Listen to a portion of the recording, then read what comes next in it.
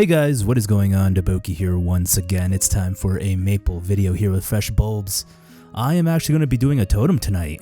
I was not planning on doing it. I was just really craving to play some Maplestory. I shouldn't be playing right now because I have like 3 videos that I need to edit, but I just took a shower and I was like, man, I just want to chill and play some Maplestory. I want to get to 220s, so that's what I'm going to be doing. Wait, let me check my Yeti TV. This Yeti TV up here is freaking fire. I absolutely love that. Let me see if I can get my Yeti TV up and going. Okay, so I can level it up today.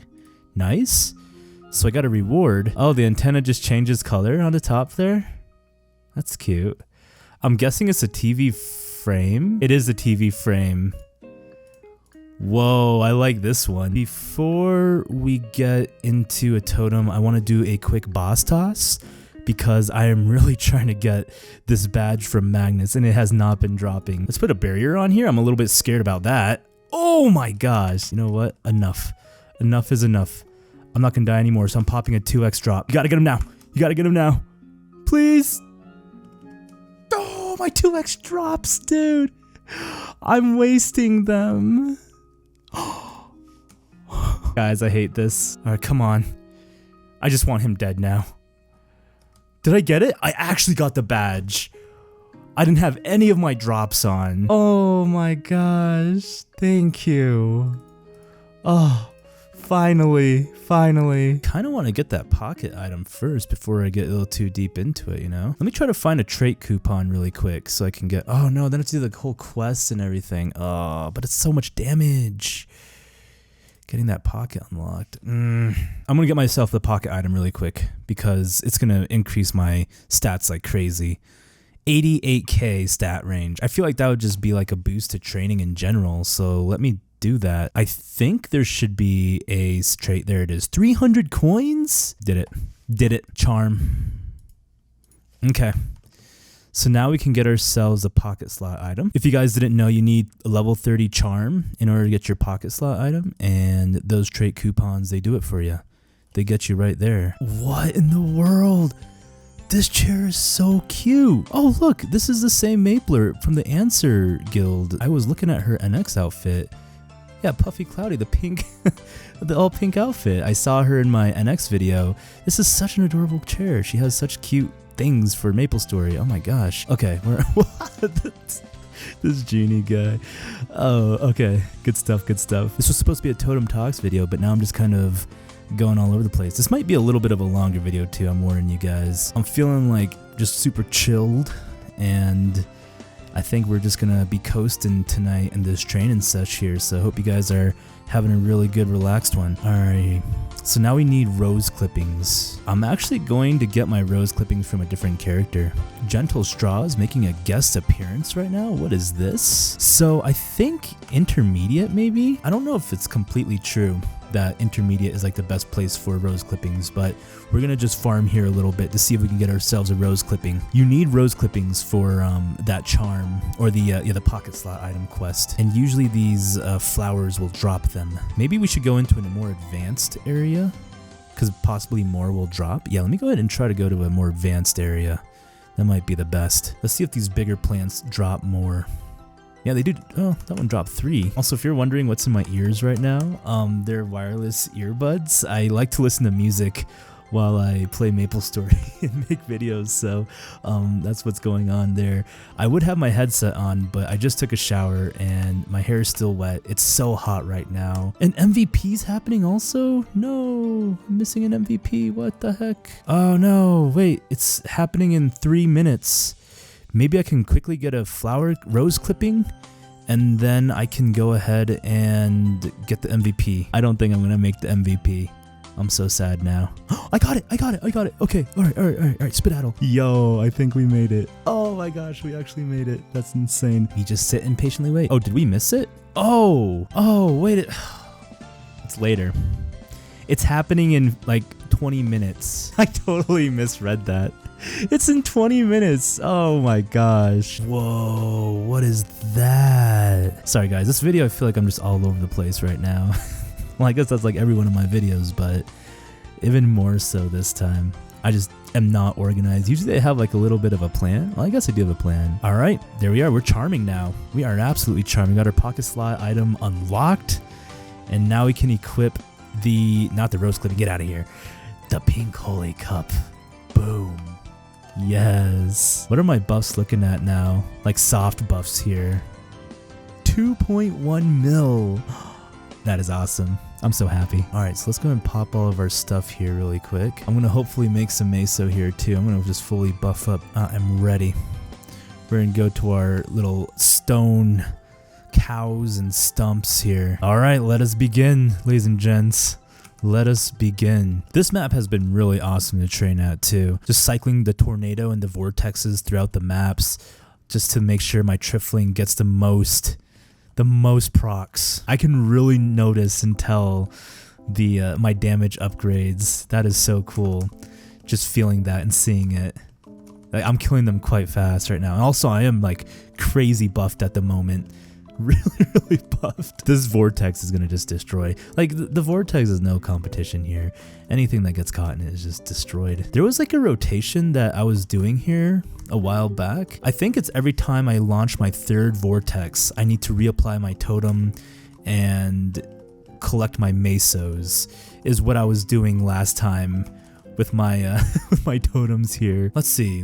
So what's been new? What's been new in my life? What's been new in your lives, guys? So I recently went to the Renaissance Festival. That was very, very fun. Very awesome experience. I've been a few times before, so this wasn't my first time going, but every time it's a blast. If you guys don't know what the Renaissance Festival is, it's a festival where everyone dresses up as like pretty much back in the days, Renaissance times, and there's a lot of fun events, a lot of cool shows. Everyone's like role playing around in there, and it's very festive in there, and it's very cool. There's a lot of like exotic foods there too, and shops. Like all the shops are local owned, I guess. They're like people they built things with their hands, I guess, and they're selling them at the Renaissance Festival. That's their livelihood, and it was just so awesome just going around the area and meeting people. I went with a group of friends, but as I told you guys, it kind of happened again. Like I don't know, like group settings just aren't really my thing. I like to go with people to things, I guess, but when I'm there, I don't like to really hang out with them. Like being in a group and wandering with a group. It's kind of bad, but I need to get better at that. I told you guys about that with the rave stuff, but it happened again at the Renaissance Festival too, where I would just kind of detach myself from the group and I just go on like a journey and wander around and explore at my pace and I guess meet people. I stumbled into a store called Windwalker. I saw this store from far away and I was like, I need to go into this store. This store is speaking to me, and of course it's because I just made a wind archer, so I was like, I need to see what's in this store. So I wandered into there. I had no idea what they were selling, and I found out they were selling shoes. I'm not really that interested in shoes, but I was like, okay, something is still pulling me in this direction. So I went in there and they were making very, very customized shoes. They were made out of a very special material, I'm guessing leather. They look like moccasins, but like boot moccasins almost. And how they actually, I guess, got a shoe for you was you had to customly mold your foot there for the shape of the shoe, and then they create it and then they ship it to you, like a very customized shoe. And it's like supposed to be super comfortable. It's very, very durable, and it's just for you because it's like just molded for your foot, right? It's a very, very customized shoe. So I was like, wow, that's really cool. I was watching some people get fitted and measured and like the whole cast on their foot to like measure their boot and everything. And I was like, dang, this is actually pretty awesome. I didn't get anything, but I saw the guy that was working there and I like was starting to talk with him a bit. His name was Tim, and we're talking a little bit, and I found out that he was actually the owner and the founder of Windwalker, the whole store, him and his wife. And they're like, the OGs. And it was so cool being able to talk, I guess, to the main owners of the establishment, because it's really rare these days. They're usually having a lot of their own people dealing with customers and stuff, but they were there in the front lines just doing it, like measuring out the feet, and they were selling the products, and they were very proud of what they were doing. And I got into a really long conversation with Tim, and we talked about some deep things, but I think it started out with me asking him, do you like what you're doing? Do you like your job? Because look, to be honest, I felt it. When I walked into the store, it was something about the store that felt very homey.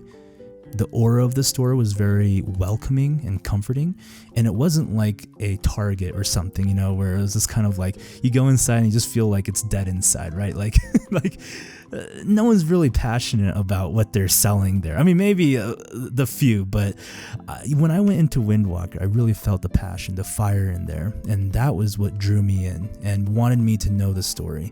And I met Tim. And he said he absolutely loved what he's been doing. I think he said he was doing for 30 years or something. And he was telling me how he would spend, maybe 10 months out of the year making shoes, right? Like that was what he would be doing.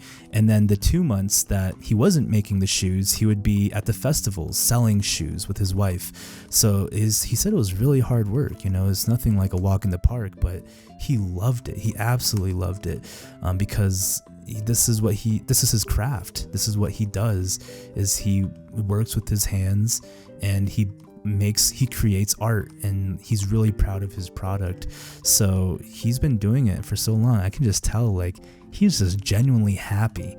He's a really happy person, and that made me really happy too. And then we started to talk a little bit about like his work environment. I was like, so do you just like live at home and work from home? Is that kind of what you do? And he said, yeah, like I think he says he lives in like Illinois or Idaho, one of the I states. And he says his house is like built on top of a mountain, like overlooking a lake or something. And that's where his like shed is, or his like workshop is at. So like he's building all of his shoes from there, and he says he just like set himself up, him and his wife, with just like a beautiful working environment. Like why not? Why can't we? Like, we have nothing that's holding us back from where our office needs to be. So that's where he decided to set up shop, was like in the most beautiful place ever. And then he told me about a beautiful like little hot springs that he goes to that I actually wrote down. It's like somewhere in Colorado. So I'm definitely going to go visit that place. But he says there's like a really nice like a sand dune swimming pool or something, like with hot tubs and everything like that. And that's where him and his wife goes to have their business meetings for their company. And I was like thinking about that more. I was like, and I asked him, do you think that's why you guys are doing so well and successful?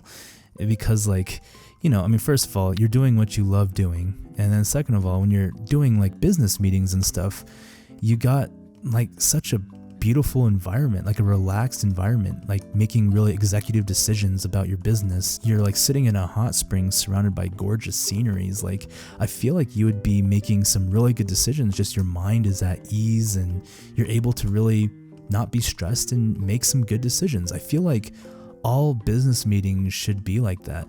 Every single one of my meetings that I've been into have just been like, there's like a very professional, stressful environment in these meetings, right? Like everyone's just on edge, I feel like, in meetings. No one likes meetings. Why can't we make meetings something that we want to be in, is my thought, my guess. Because man, we wonder why we hate meetings so much, and meetings are so important because you're trying to get your point across and things, right?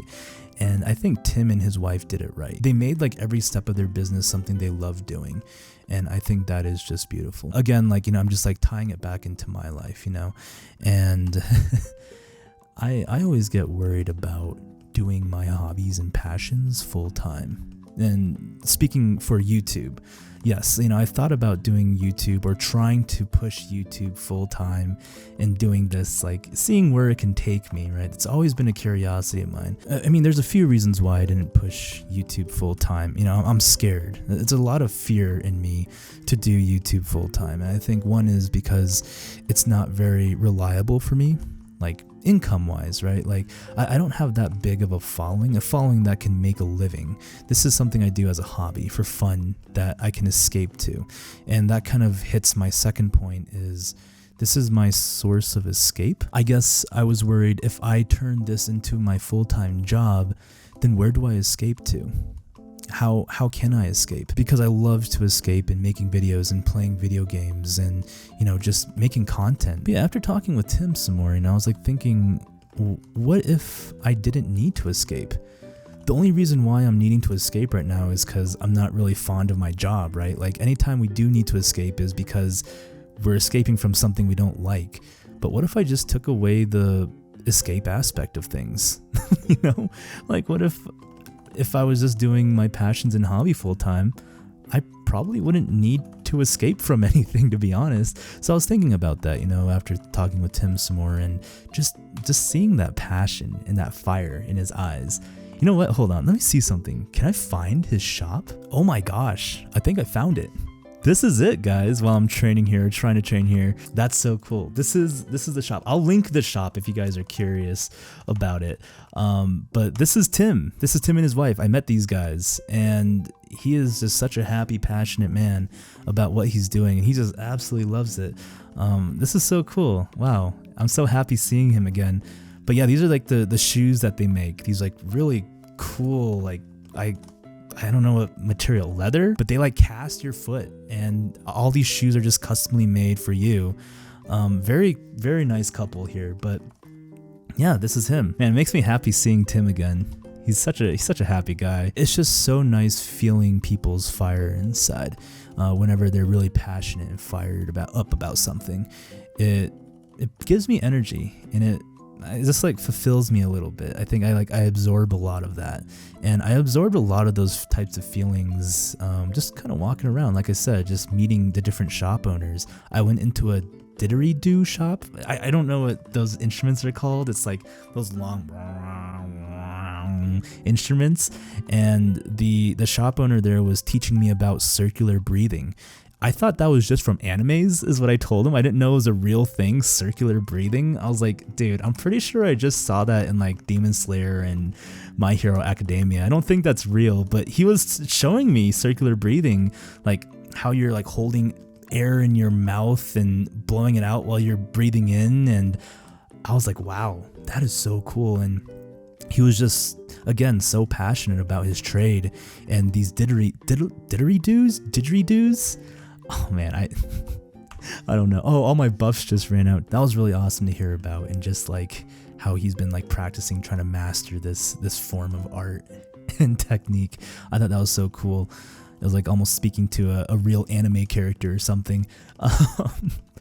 And also like I went into like a dragon painting store, and I asked the lady in the front that was working there if she drew the dragons, and she told me no. You know, like I definitely did not draw the dragons.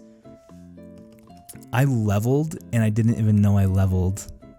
I was just so absorbed with talking to you guys and telling my story. You're not going to be able to meet an artist, but what I can do for you is draw you a dragon. And I was like, what? You're going to draw me a dragon? And I was like, okay, yeah, like I would love that. And you know what she drew me? She drew me Trogdor.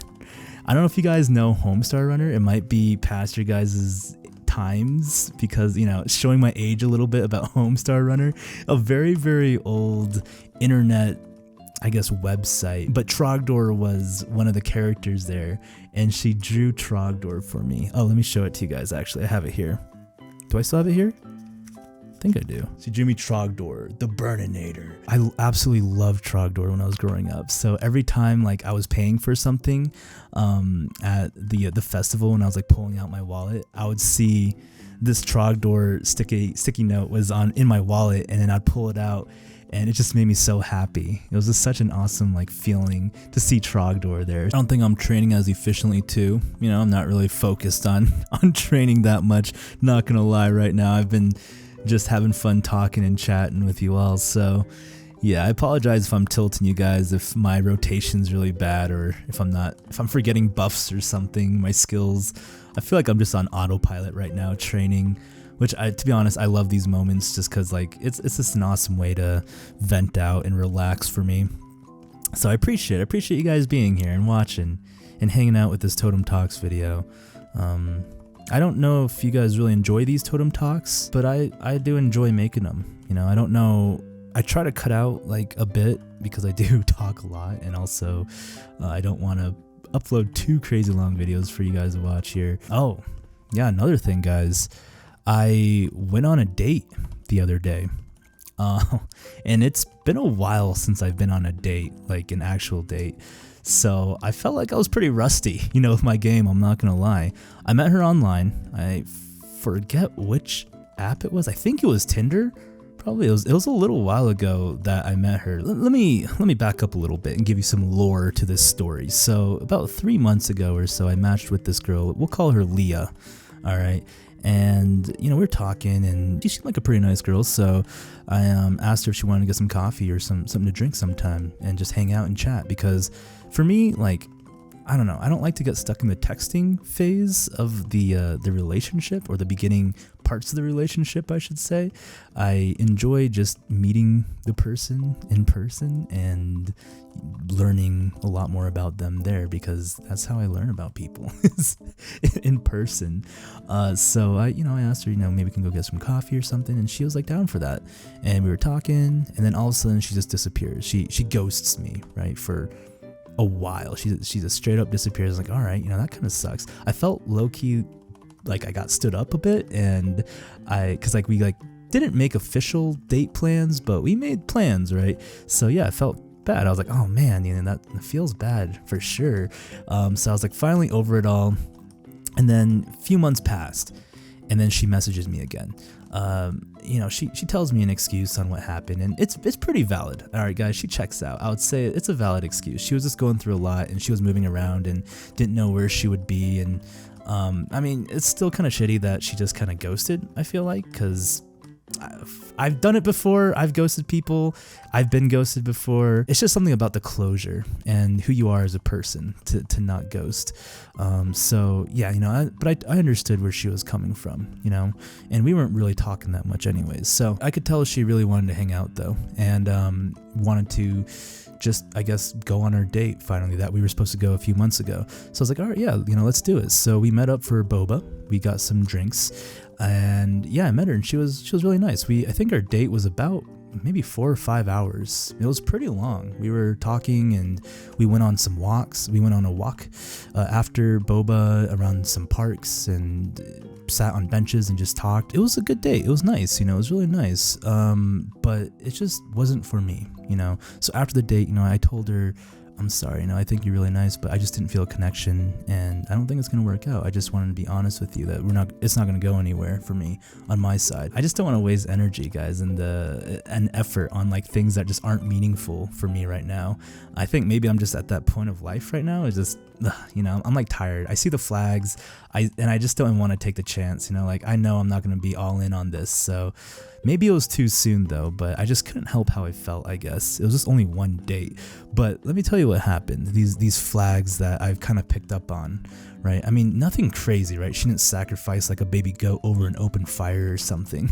The example I always make about relationships, when relationships are going wrong, is when someone sacrifices a goat on an open fire in a blood ritual on a full moon. And this is just me for my personal self, right? Like what I looking for a partner. Of course, when I told you guys last time in my last Totem Talks video about my crush, right? Like kind of half joking around, like a degenerate that just likes to eat fast food and play video games. Like that's not too far off, but they gotta have like the right personality too.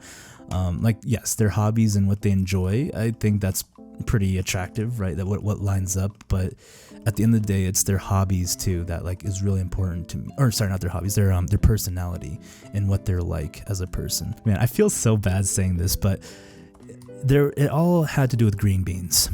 Green beans, okay? We were walking around this park, and I saw a plant, and it looked like green beans. So I asked her, what do you think those are? Do you think those are green beans? And she almost gave off a really annoyed expression. I don't know if she just had a vendetta against green beans or what it was, but she was like, I could sense annoyance, and I could sense that she like didn't care. And she was like, I don't know, I'm not a plant like expert. I have no idea if those are green beans or not. It wasn't that I was like really curious and like I needed to know if these were green beans, is why like that really upsetted me. What kind of upset me was that she wasn't curious and she wasn't hungry for knowledge and to learn.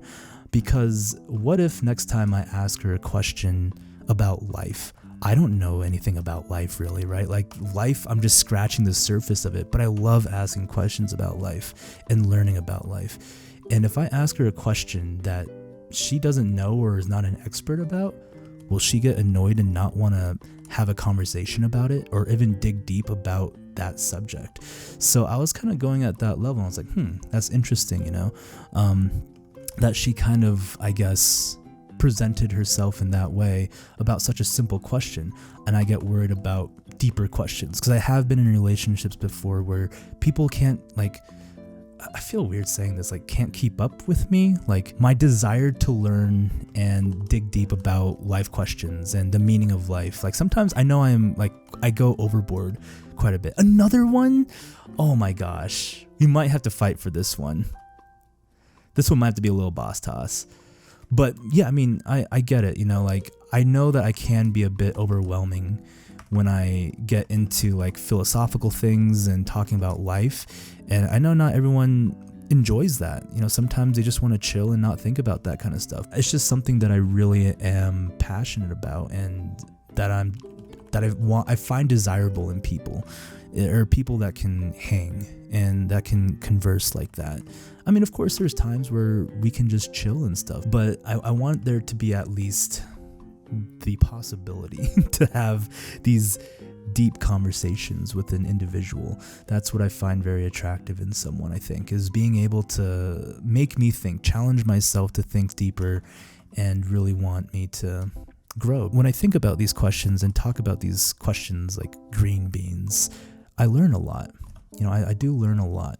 And that's something that I value a lot, is when someone can teach me something about life and help me learn and navigate my way through life. So it kind of concerned me, I think, when she didn't. And there was other things too, not just the green beans, but there was other like hints when we were talking about life. And, we talked for like 4 or 5 hours. So we were, and me, I went into the life, like I just shoot straight for it. Like, what makes you, what's your passion? What's your fire? Like what's your heart? What's your love language? I know I might be like kind of intense, especially on a first date. I felt like I could read the vibe, at least just like the thought process of what she enjoyed and what she didn't really care for, I guess, too much. To be honest, I think if we were both together, and I'm tearing through this boss, by the way, that's insane. I think it would have been, I don't think we would have meshed well. I think we would have kind of exhausted each other and wouldn't have been fulfilling for each other. I'm not saying one way is the right way. I'm just saying I think our personalities would have clashed a bit. This was kind of interesting though. So I went to the Renaissance Festival after my date, right? So I went to the date, and the day after I went to the Renaissance Festival, and I met Tim, the Windwalker store owner.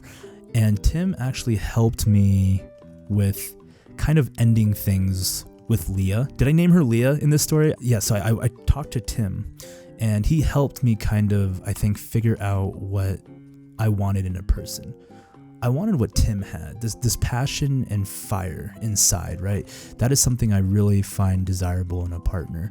And when I was talking with Leah, I didn't really feel like she was very passionate, or she was very kind of uninterested in everything, and I couldn't really like figure out what she enjoyed to do or didn't enjoy to do, really. Like, you can tell when someone like talks about something, they're kind of really interested in it, and you can like see a little bit of a flicker behind their eye, like Tim and his shoes, right? That was just like a whole nother scenario. So when I felt that, when I saw that, I was like, I didn't feel any of that from Leah. And we talked a lot, and I know it was just a first date, but I wanted there to be a potential of like, can there be something that makes her excited at that level? I didn't tell her I had a YouTube channel.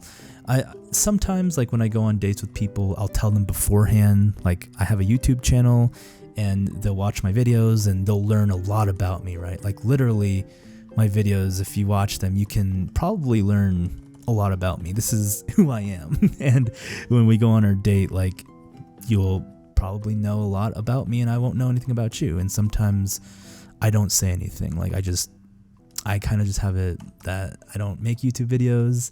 And once it comes up later on, like in the middle of our date, then I'll make it aware that I make YouTube. So with Leah, I didn't tell her I made YouTube videos until in the middle of the date. I guess I wanted her to kind of have like a clean or a non-biased approach on the date. And sometimes like in the back of my mind, like I don't want to tell people that I have a YouTube channel, like the people that I'm going out with, until later down the road. It's weird because YouTube is a very public thing, right? But I feel like it's kind of private too at the same time. I want them to get to know me through me and not my videos, because it's delivered differently when I'm making a video versus when I'm talking to them personally. I want our encounter and my greeting and meeting them to be a lot more personal than through a video, I guess. So one time I was on a date though, and this was back in Virginia, so this was kind of a while ago, maybe 3 years ago or so.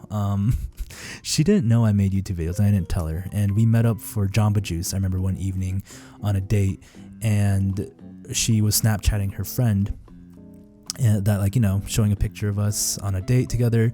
And then her friend like texted and called her right away, was like, dude, I know him, like I watch his YouTube videos, I watch him make ramen, that's DaBoki.